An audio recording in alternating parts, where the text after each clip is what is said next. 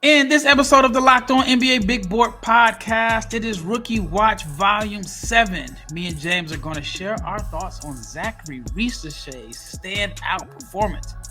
That might be one of the best performances we've seen from a rookie in quite a while. We're also going to touch on Buzelis getting his first opportunity to get some real playing time in Chicago. We'll also touch on Jaylen Wells, who continues to shine as a starter, Zack Edey, Kel'el Ware, Ryan Dunn, Holland, and more. Stay tuned.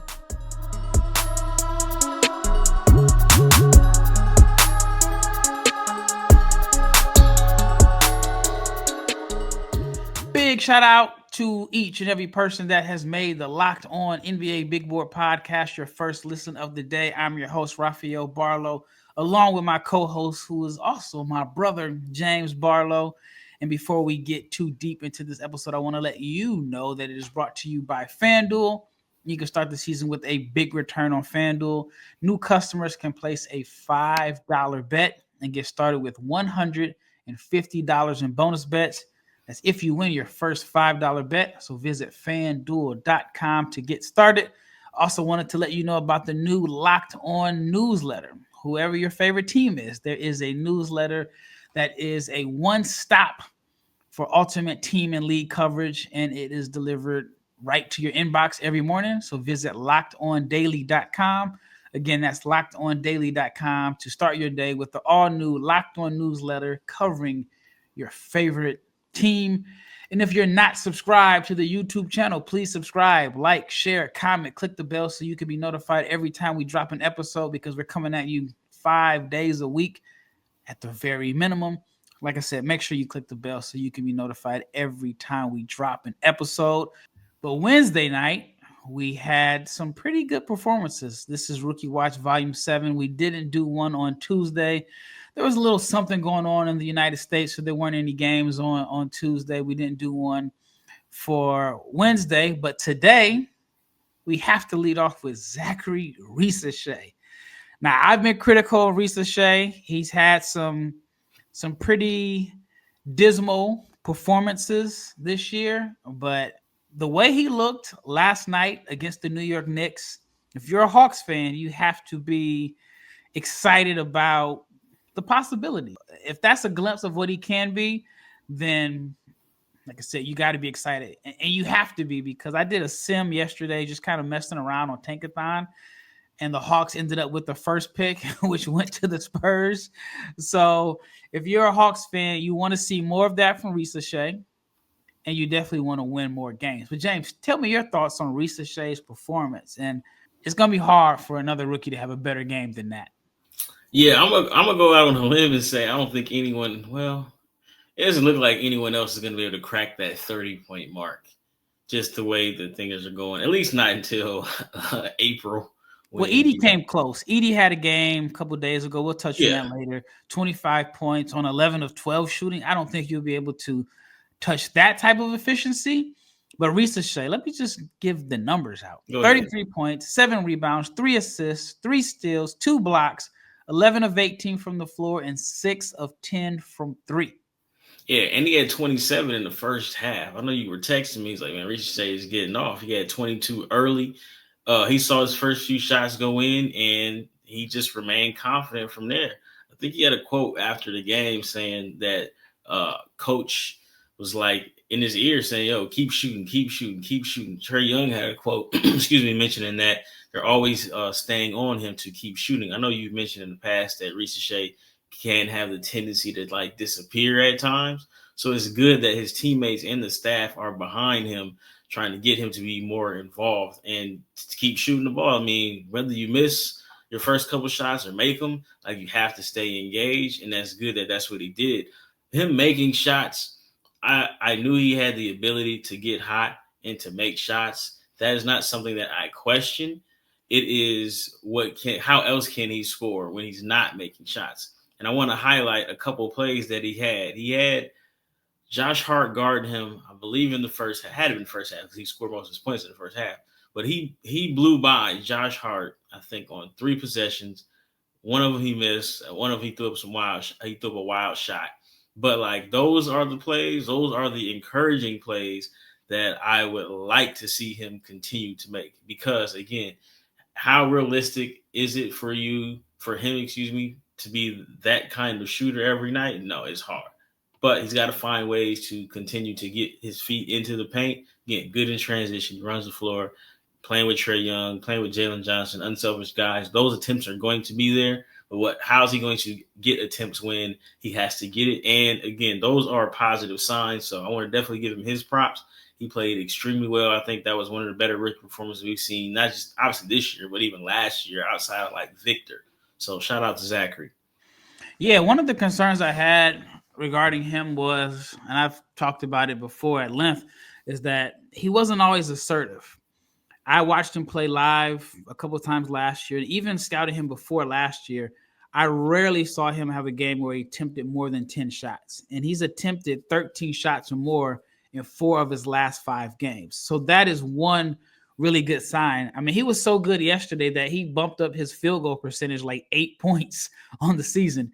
He came into the game at around like 31 or 32%, and now he's up to 37.9% from the floor. But that was, like I said, a very encouraging sign. 6 of 10 from 3.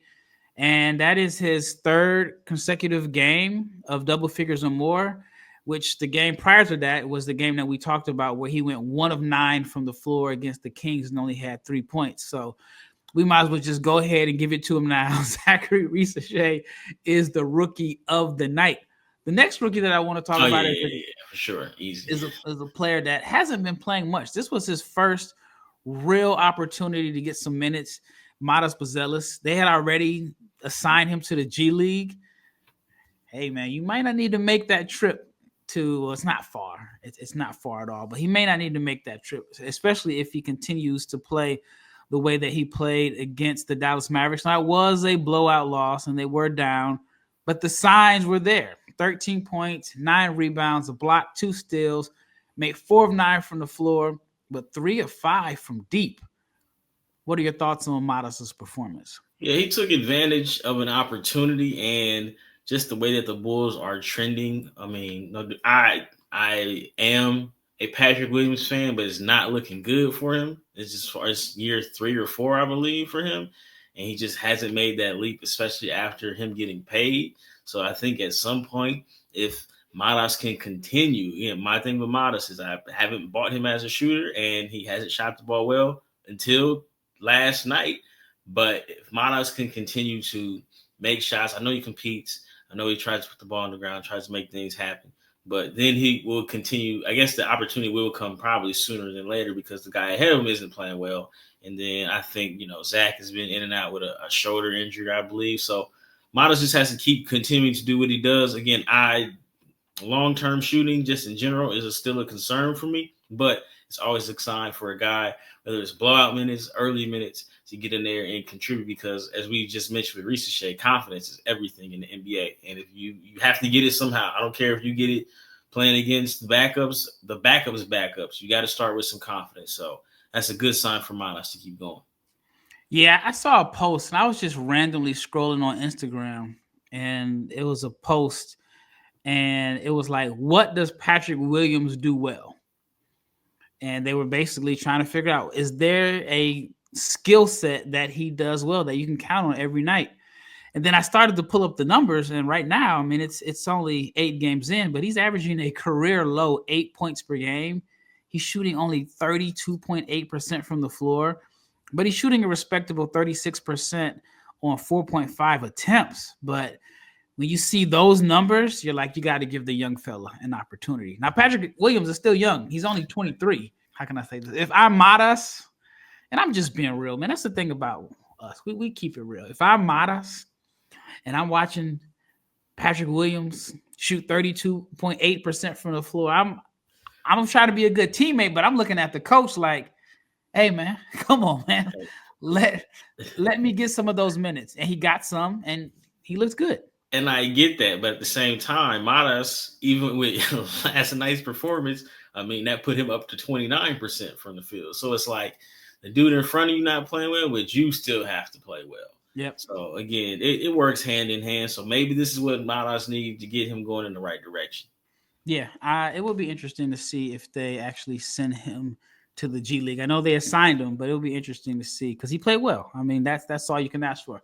All right, when we return, we're going to talk about Jaylen Wells, who continues to impress. I got some good numbers to throw out there and why I believe he should remain the starter for the Memphis Grizzlies. Now, we talked about this on a previous episode.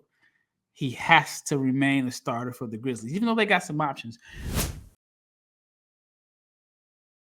All right, before we get into the second segment, I want to talk to you about our new sponsor, which is Skims. Now, I'll be honest, I had no clue, zero clue that Skims was making underwear for men. I really didn't know Skims had anything for men until they released like a campaign around March Madness, which was also kind of interesting to me because we're seeing like college players. I mean, I think it was like Caleb Love, Donovan Clingan, Hunter Dickinson, quite a few guys, Rob Dillingham. They were, advertising Skims around the NCAA tournament, but I had no idea Skims was making underwear for men. So I decided to go ahead and check out some of the reviews. And one of the reviews, a guy says, I'm gonna just read it to you. He says, I work out 5 days a week. I never liked wearing synthetic feeling workout underwear, but when he tried on Skims, he says that they were like the missing link. I'm just paraphrasing here. He says, this is a quote. They give me all the movement I need for working out without feeling like I'm walking around wearing gym clothes the rest of the day. Plus, they never lose their shape or ride up. And maybe it's in my head, but I swear, since I started wearing these, my gains have improved too. So there you go. That is an example from a Skims wearer. So check out skims.com and let them know that we sent you. So shop Skims Men's at skims.com. Let them know that we sent you. After you place your order, select podcast in the survey and select our show, which is Locked On NBA Big Board in the drop-down menu that follows. And if you are looking for the perfect gifts for the whole family, Skims just launched their biggest holiday shop ever, also available at skims.com.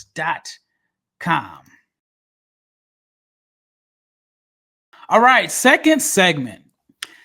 Jaylen Wells has been a Locked On Big Board favorite for the past month or so, and I have some stats for you. Since he has been the starter, he's averaged 14.3 points, 5 rebounds, and 1.8 assists on 50, 45, 83 shooting splits as a starter. And that was with a 3 for 12 stinker against Brooklyn, like stinker shooting percentages wise. Yeah. And last night, 20 points, 3 rebounds, 1 assist and a steal, 7 of 10 from the floor, and 5 of 7 from 3. Go ahead. The floor is yours. Tell me what you liked about Wells' performance against the Lakers. Man, listen, I want to sit here and say I introduced the idea of starting Jaylen Wells. So he's producing fruit. Again, there's no need for Marcus Smart to start when he comes back. Maybe not even be on the team. That's just my opinion. I think you start more Gigi. I think you start more Vince Wells. We know he's going to get after it defensively. We know he's going to make shots. He rebounds. He does just enough off the dribble to keep the defense honest. And he gets into the paint. Again, keep the defense honest. He makes plays. He defends. I told you he hits the glass. He had to play late in the shot clock. I think late in the game, he hit Gabe. Every time I see Gabe, it's the Shamar Moore from that Madea movie with Tom's braids, man. But he hit Shamar Vincent with a step back 3 on the left baseline. Like, that's the guy. The numbers don't lie. Like I mentioned, he had a tough shooting night against Brooklyn, but even then, he's still shooting 50% as a starter. He's making threes. We already talked about he has a chemistry with Zack Edey. John Morant making plays. That's a knockdown shooter. Now imagine the open shots he's going to have when you got Bane out there with him. So now you got 2 guys who should be knockdown shooters. Ja's going to get into the paint. You got Triple J making threes too. Like, Jaylen Wells is a starter, man. I'm sorry. It's no disrespect to anybody else. I'm glad I'm not the one that's trying to decide minutes on that team when guys are healthy, but that guy right there deserves minutes. Yeah, man, and he's guarding the best player, the best wing on the other team. What's even crazy is that just 2 years ago, he was playing Division II. I never heard of Jaylen Wells. And now here he is. He's starting for the Memphis Grizzlies.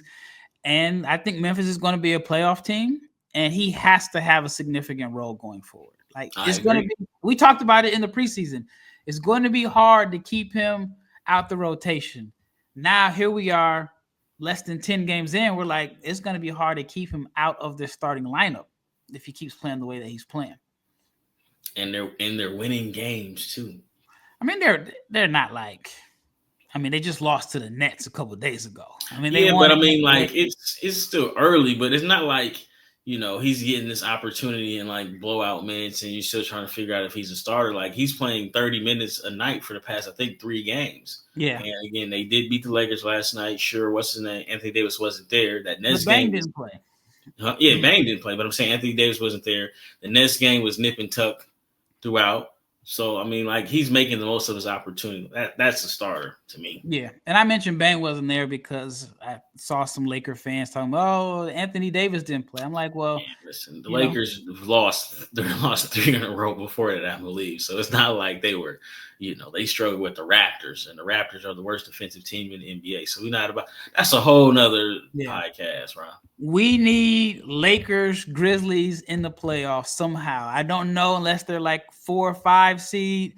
I don't know how it can happen. You never know. 2-7, 3-6. I don't know, but that is turning into a rivalry. There's some hatred there.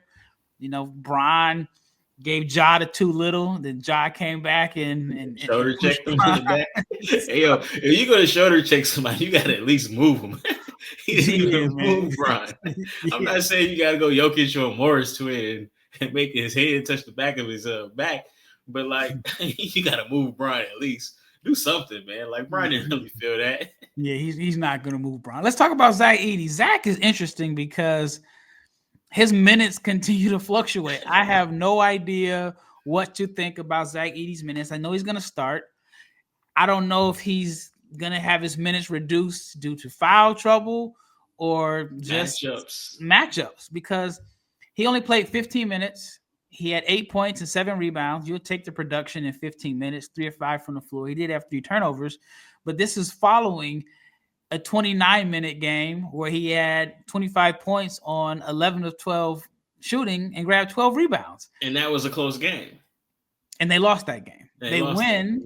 And then I got to come up with a name. I wanted to call him Huff Daddy, but that's probably not appropriate. Nah, we got to relax. But Jay Huff is going to continue to cut into those minutes, I believe. Yeah, I agree. And the thing is, like you said, he was really good in the minutes. I know he had Jackson Hayes in hell because, Jackson Hayes isn't the strongest fella. And he was just moving him, beating him up. I told you, the most impressive thing I see. Hold on. He should beat up Jackson Hayes. Yeah, he probably should. I probably would have gave him a little nudge, into the stanchion. But that's just me. But Edey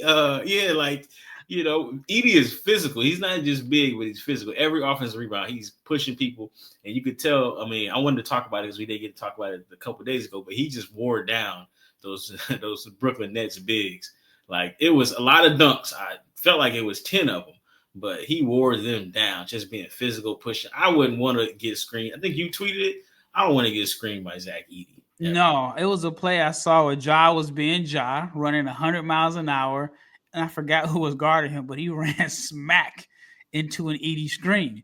And so once you get hit by those once, I know you're probably like, Listen, I'd rather him back down and post me up because at least I have leverage. You know what I'm saying? I could pull the chair like how Şengün was doing against him. But if I have to get screened or if it's a 3-pointer like at the top of the key and he is like gets to run into my back, I don't want those problems, man. I'm cool. Right. And I think it's going to be key for Ja to knock down those pull-up jumpers because eventually they're going to go under out of that's what the Lakers do to him. They make him shoot. And I mean, I know Ja's got a 58-inch vertical and he can do pirouettes. He did 2 360s in the game, and that's crazy.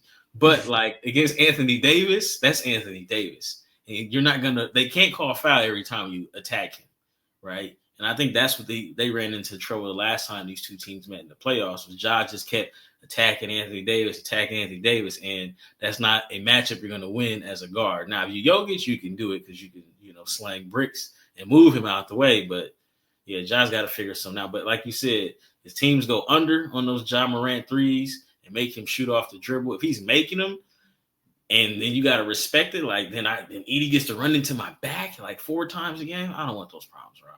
Yeah, Memphis has a lot of weapons and options.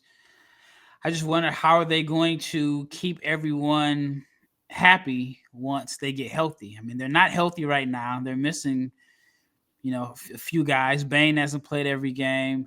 It's like last year they didn't have any wing depth, it seemed like it. And now, with Gigi playing well and Vince Williams playing well last year, and then the addition of Jaylen Wells on top of guys being healthy, it's a lot of options. I don't know how they're going to keep everybody happy. I think that they should make a trade to condense the roster down some, but then I don't know who you bring in. I know they don't got to bring somebody in. They can just trade Marcus Smart. I mean, listen, Scottie Pippen Jr. is averaging 11, 4, and 6 off the bench. Jay Huff. Those two dudes playing for the South Bay Lakers. And I know they had they'll quickly tell you they played for the South Bay Lakers. Yeah. Man, them dudes they were playing fourth quarter minutes yesterday, and they would have never got the opportunity playing for the Lakers. But then also you can say Jay Huff was with the Nuggets last year too, so they missed out on that. All right, when we return, got to talk about my guy Kel'el Ware. I've been hoping for Kel'el to get some minutes. He got a little bit of time. Ron Holland had a good game, and then we're going to talk about picks 3 and 4 in Reed, Sheppard, and Stephon Castle. But before we get into the last segment, let's talk about FanDuel. You can get ready to tackle the NFL action. FanDuel, which is America's #1 sportsbook. Right now, if you're a new customer, you can bet $5 to get $150 in bonus bets if you win. And the FanDuel Sportsbook app gives you everything you need to place live bets on the NFL, and it is all in one place. So when you get a hunch in the middle of the game, you can check out the latest stats, view live play-by-play, and so much more on the same page where you place your bets. Just visit FanDuel.com to join today. You'll get started with $150 in bonus bets when you win your first $5 bet. Again, FanDuel.com.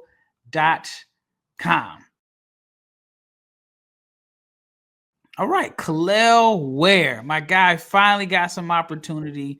I had tweeted a couple of days ago, free Kel'el Ware, because I don't know why the Miami Heat were trying to throw lobs to Thomas Bryant. He's not a lob threat. I mean, he can catch lobs, but he's not that pogo stick guy that really stretches the floor vertically. And I'm like, why are you throwing lobs to Thomas Bryant when you have Kel'el Ware who can fill that role and protect the paint on the bench? Played a career high 14 minutes. He had 7 points, 3 rebounds, 2 steals in the block. Was 3 of 6 from the floor, 1 of 1 from 3. Kel'el Ware deserves more minutes, in my opinion. What are your thoughts? He did not finish strong. And I'm going to come off as a hater because he's extremely talented. But there were, I think, 2 finishes where it was just weak. He didn't go up strong. And maybe that's what he's been doing in practice. Maybe that's what's holding him back. But like he had a play where I don't know if it was a broken play, but he hit that 3-pointer in the left wing in the second half. That's a big shot. He had a post up, showed great touch in the paint, little push shot around the dotted line. Yeah. He just has to finish strong because, like you mentioned, athletic, rim protector. I mean, the 3-pointer, you'll take him. I don't expect for him to make a lot of them, but at the same time, it's something that's going to keep the defense honest as he enters his prime, when he begins his prime. But I just want him to finish stronger because he has all the talent in the world. We saw a lot of it in action in the preseason, but maybe there's just something that's missing. But I get it. He needs to play more, but he needs to play better again. I know he's only had 2 opportunities to get some run, but just finish strong. You got to put fear in that weak side defender that you're going to dunk on him or body him every single time. And he didn't do it. Maybe it was the first game, nerves, but I just want to see him finish stronger. Yeah, talent has never been the issue. There's always been concern centered around his toughness and his motor and how competitive he is. I thought he did an excellent job last year of addressing some of those concerns. And then he played well in Summer League. I thought that it was one of the preseason games he played well. And then, like you said yesterday, he had some flashes, it was like a half hook. It was like the touch is impressive, and he made a 3. If he just goes up strong consistently, And I've talked to some scouts about it, and they're like, Miami should be able to get it out of him. If Miami can get that out of him and just allow him to maximize his talent and his gifts, I mean, I think they got an absolute steal. All right, let's talk about Ron Holland. Ron has quietly played well the last few games, not like monster numbers or anything like that, but the play has been encouraging. He had 8 points and 4 rebounds, was 3 of 5 from the floor, but more importantly, he made 2 of his 3 attempts from long range. I think it was like 1 of 16 on jumpers or threes coming into that game. What are your thoughts on Ron's performance? And do you think that there's a pathway for him to earn a little bit more minutes? Because he has been playing consistently, which we can say that much. But do you think he has a chance to earn more minutes on a Detroit team that is actually competitive? Yeah. See, the team is competitive. They got veteran wings that are making threes. Tim Hardaway, Malik Beasley. So Cade is healthy. That's the main. Cade is healthy, yeah. And Jaden Ivey is playing better basketball. Ron, again, the 2 threes. One was a catch and shoot 3 in the second half. I believe Miles Bridges was guarding, and he left them open. He had 2 of those attempts in the second half. Made one, missed one, but that was after he had made the second 3 that he missed the third one. The 3 he hit in the first half, that was a late shot clock. He shot a step back 3 again. I don't care if it's a grenade or what. You got to see one go in. And I think that is what led to him shooting and making the next one. I had mentioned in the previous podcast that he has the jump shot misses look better, which means it's trending in the right direction, right? So you got to the wild misses have to go. And then those, you got to straighten that out, and then those turn into makes. Maybe this is the time where those start to turn into makes. If he's in his rookie year, a 32% 3-point shooter, like you'll take that.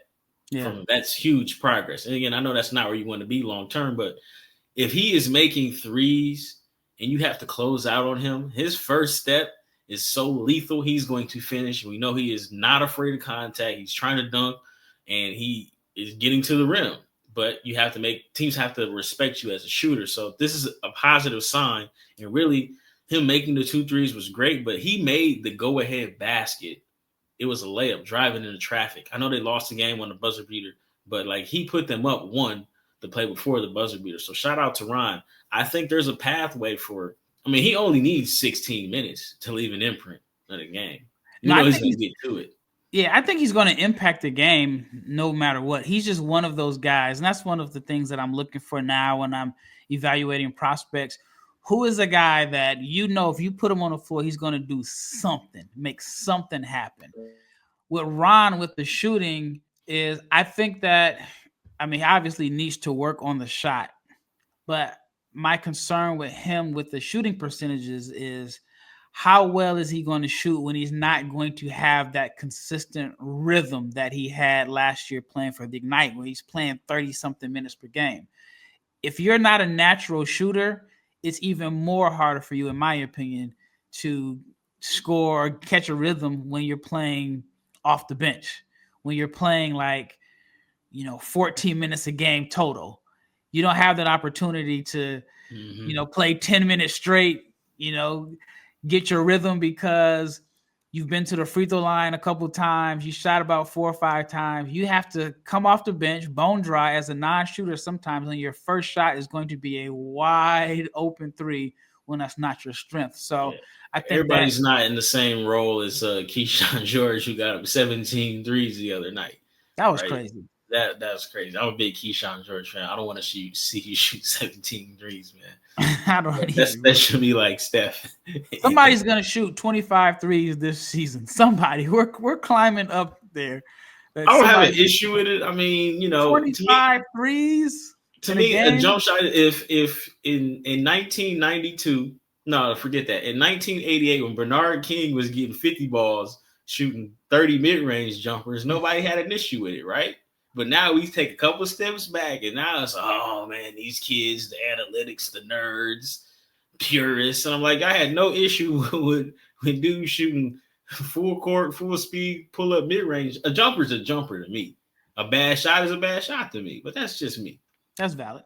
All right, Ryan Dunn only played 9 minutes, but he was 2 of 2 from 3, which was 2 of 2 from the floor, had 7 points. Are you surprised that he only got 9 minutes?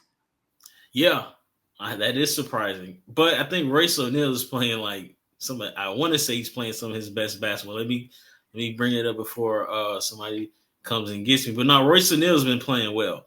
Yeah, he's shooting 47% from three. So like, I get it.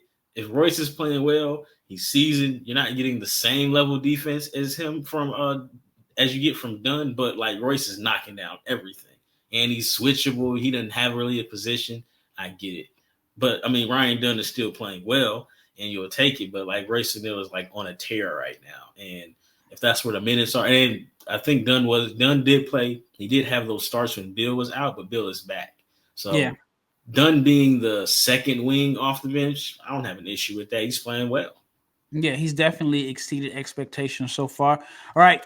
We had the episode a few days ago, free Reed Sheppard. Reed Sheppard got freed, but he hasn't really made the most of his opportunities. I think it's a mindset thing. I think like Reed is trying to play the right way, which is totally fair. You need to hang around Cam Whitmore, man. You gotta do something. When you're coming off the bench as a third pick, you can't just be bringing the ball up the court and swinging it. You can't play like a 1983 point guard. You got to go out and make something. You was the one calling him Mark Price. I know, but Mark Price got buckets. Mark Price wasn't just a table setter. I know. Mark Price got buckets. Did you see the play where Reed had a wide open three and he swung the ball? It wasn't last game. I think it was 2 games ago. He swung the ball to Tari Eason. I mean, he made it, but it was a contested three. Nah, brother, you can't do that, man. You're supposed to be like a 45% three-point shooter. Yeah, one of the best college shooting seasons ever. Nah, man, take that shot, bro. Yeah, Reed has to play with more confidence, especially that considering that he has played more minutes the last couple games. He had 14 minutes and 20 minutes in his last 2 games, but he's only scored 5 points versus the Spurs and 7 points versus the Knicks. And then Fred VanVleet has been on fire. He went from shooting like 28%, but Fred VanVleet hasn't missed. It seems like he hasn't missed in the last 2 games. So, Reed, you have to be aggressive. We were campaigning for you. I even made it the caption on the YouTube. Free Reed Sheppard. Man, they said Udoka released the shackles from you, and now you're playing passive, and Fred is heating up.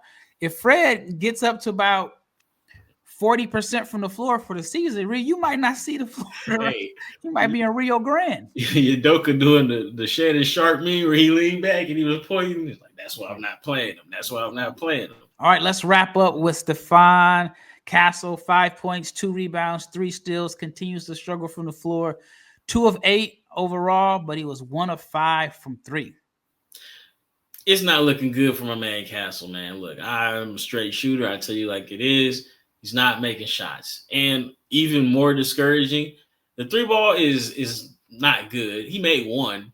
He is shooting heaves. I need to pull up his heaves number because, you know, that's definitely I think he shoots like 1 a game. And when you already aren't making threes, the heaves are definitely killing your percentages. But he's shooting 48% at the rim. That's not acceptable, man. Can't have that. That's not cutting it.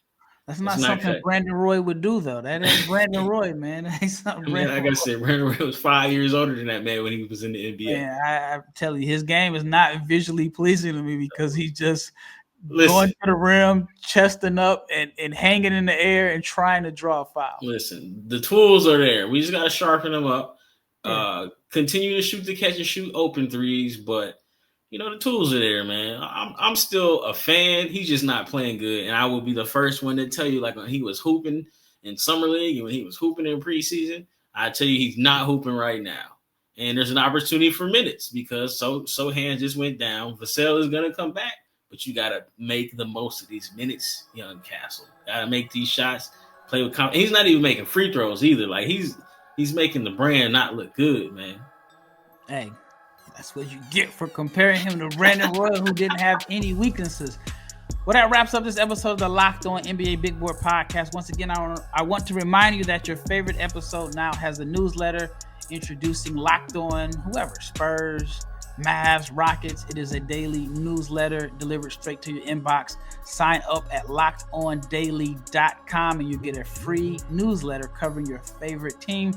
Once again, it's Rafael and my brother James Barlowe. This is Rookie Watch Volume 7, and we are out of here.